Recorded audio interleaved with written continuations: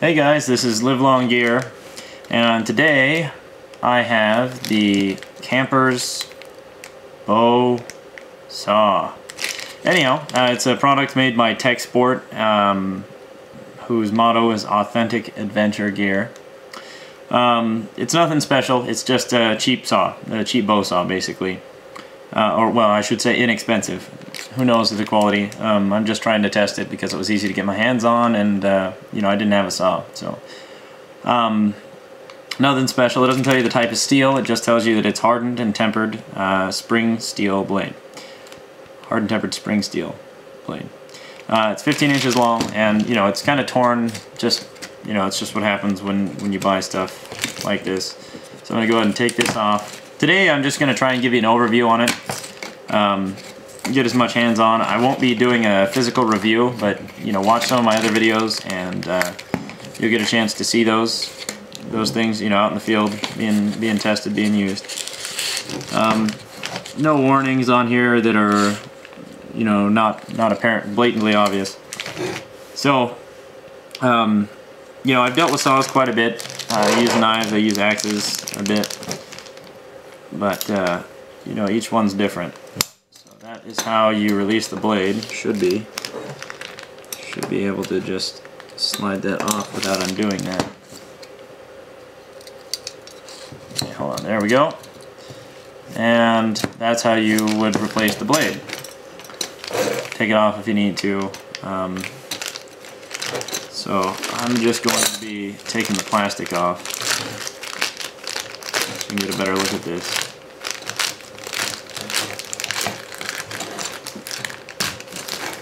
I'd like to compare this to a Coleman saw or a Coghlan's saw, because those are two of the more inexpensive brands, and I'm always bargain hunting, you know, trying to find a better deal, something that gives you the most fun or most use for your dollar.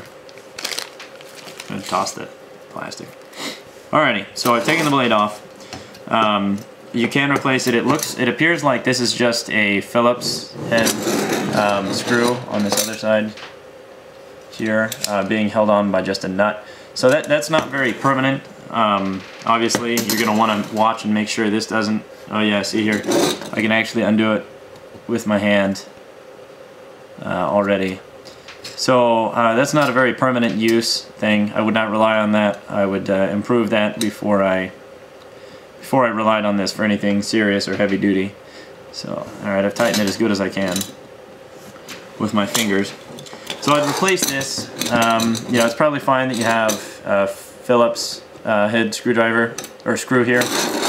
This nut, maybe put some Loctite on it, or use more of a locking nut. It's not going to be moving, obviously, but you want this to sit firm. Just after a lot of use, it might fall off. If you don't want to do that, just watch it. Just make sure it's tight. You know, if you're just using it for camping or backpacking. So the lock mechanism it uses on the blade is basically you just slide it. You know, this piece, this back piece here moves back and forth. There's two different size holes here. You put it through the, you know, you move it back, you put it through the larger hole, then you move it forward. Hope you can see that, and then it locks. So there you go. That's how that works. It's just held on kind of cheaply but it will work, absolutely. Just watch it. You know, you don't want to be sawing away and have your saw fall apart on you and cut yourself. So it's just, this is just a little beveled edge, outward bevel, I guess you would say. So it's not very sturdy. It's held on by a relatively thin little holder. You could reasonably, you could replace that with something like this fairly easily, fairly inexpensively, and then again Loctite it, unless you're planning on changing the blade, in which case, you know, you don't want to Loctite. You don't want to use Loctite. So I'm going to go ahead and put the blade back on. What have I done wrong here? Oh, there we go. I see.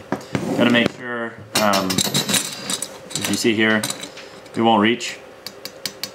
So what you have to do is you just open the handle and it extends this a little further. So there you go. And you'll see there's a lovely Made in China on the metal here. I'll lock it in place and show you.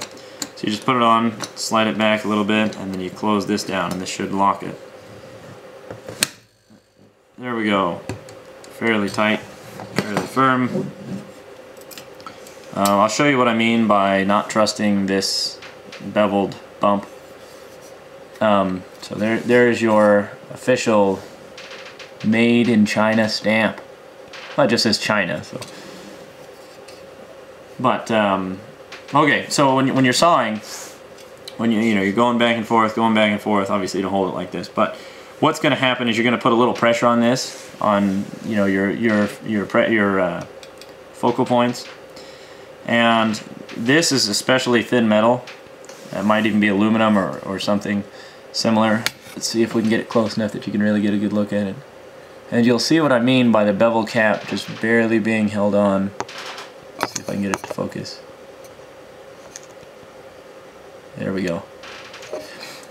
So you can already see it's almost bent a little bit in there without any use. You see how that's not a very smooth, even fitting. And you'll see the screw here. It actually sticks off a little bit. It's already bent. It's already contorting itself a little bit. Whereas this is a much more firm design. Obviously, it's just a screw and a nut. But I would probably consider looking, if you're going to get a saw and use it a lot, definitely pay attention to these weaker points. If you're going to use it when you go on the family camping trip or whatever, you're going to use it to cut down your Christmas tree. Small stuff, it's perfectly fine for use. All you need to do is check it each time. So I would check this, obviously check the blade, check that your lock is locking itself.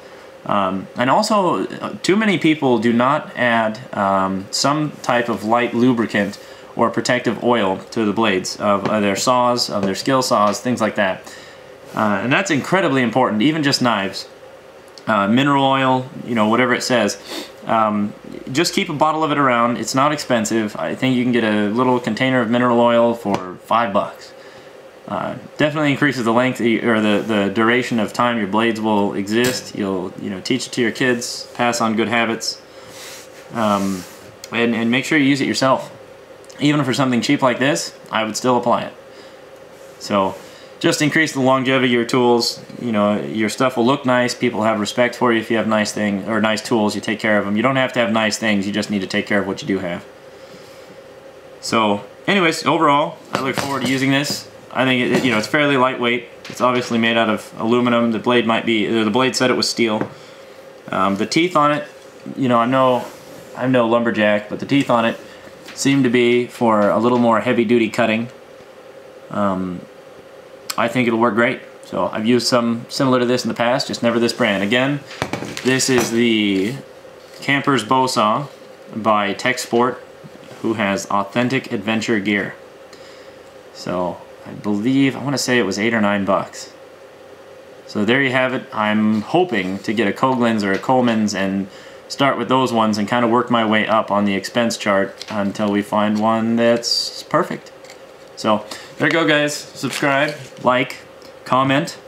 Tell me what you want to see with what I have now, and I'll do just about anything with it. Within reason. Take care, guys.